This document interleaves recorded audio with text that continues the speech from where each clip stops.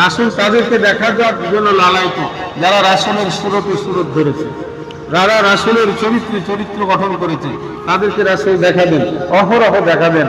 বড় বড় অলিদের দরবারে যান, আপনি মুজাদ্দিদ জামান ফুরফুরার হুজুরের দরবারে যান, ওখানে একটা জায়গা ঘিরে আছে যেখানে দয়াল নবীর সাথে আল্লাহর দেখা হতো, কথা হতো। আপনি শেরহিন শরীফে যান, একটা জায়গায় ঘিরে আছে যেখানে দয়াল নবীর সাথে সরাসরি কথা হতো। একদল লোক আমি মারা গেছে, এখনো রাসূলের রওজায় অনেক ঘটনা ঘটে আছে। দেখা গেছে যে রাসূল সাল্লাল্লাহু আলাইহি বিদায় হওয়ার 350 বছর পরেও কবর থেকে আমি 2 হাত বাইর করেছি। যার কারণে রাসূল জিন্দা নবী, হায়াতুল মুরসালিন, উনি হচ্ছেন সুন্দর স্বভাবের অধিকারী। আল্লাহ যেন আফসোস করে বলছেন কি, লিমা তাকুলুনা মা লা তাকুল, তুই যেটা করিস না সেটা বলিস কেন?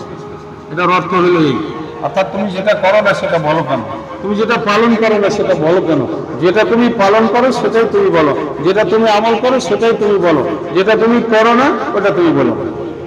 তাহলে যার সুন্দর ব্যবহার, সুন্দর স্বভাব, সেই সুন্নাতুল জামাতের অনুসারী, এখানে মুযহাবের কোনো বিষয়ই নাই।